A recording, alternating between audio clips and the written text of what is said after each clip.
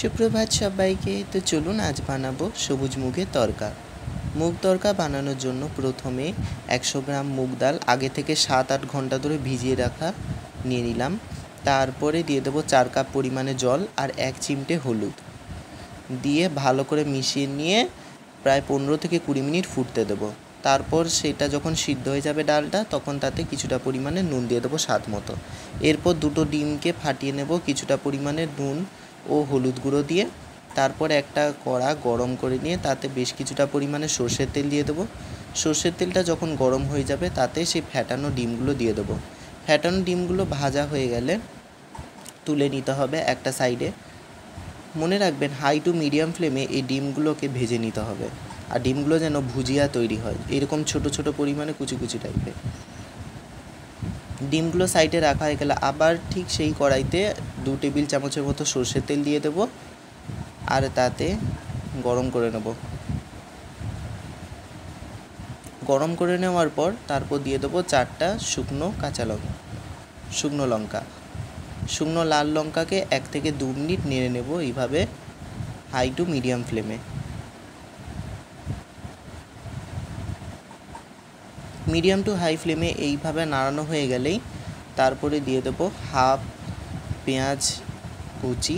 পেঁয়াজ কুচির জায়গায় আপনারা আমার মতো এইভাবে গ্রেট করা পেঁয়াজও ব্যবহার করতে পারেন।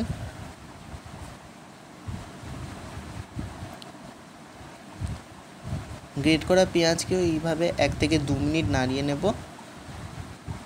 হালকা গোল্ডেন কালার হয়ে গেলেই তারপরে দিয়ে দেবো হাফ টেবিল চামচের মতো আদা রসুন বাটা। হাফ টেবিল চামচ আদা রসুন বাটাও দেওয়া হয়ে গেলে সেটাকেও 1 থেকে 2 মিনিট এইভাবে নাড়িয়ে নেব। মশলার যাতে কাঁচা গন্ধটা না থাকে ততক্ষণ অবধি কষিয়ে নিতে হবে তেলে।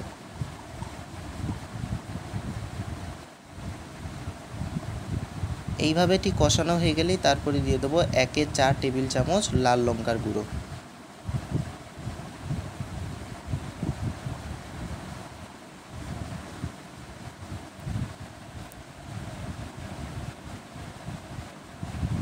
তারপরে আগে থেকে সিদ্ধ করে নেওয়া যেই সবুজ মুগ কলাইটা ছিল সেই মুগ কলাইকে জল সমেত দিয়ে দিতে হবে।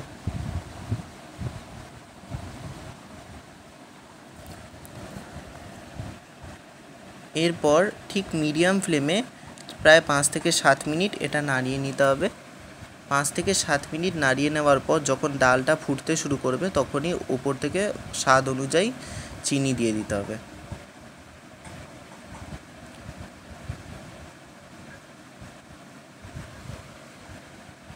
স্বাদ অনুযায়ী চিনি দিয়ে দেওয়ার পর এরপর আগে থেকে সেই ভেজে রাখা ডিমের কুচিটা দিয়ে দিতে হবে আর একটা গরম মশলা দিতে হবে। এই গরম মশলাটায় আমি আগে থেকে শুকনো খোলায় গোটা জিরে, গোটা ধনে, গোটা মৌরি ও রাঁধুনিকে শুকনো খোলায় ভেজে নিয়ে তারপর এই মশলাটা তৈরি করেছিলাম। সেই গরম মশলাটা আমি 1/4 চামচ দিয়ে দেবো।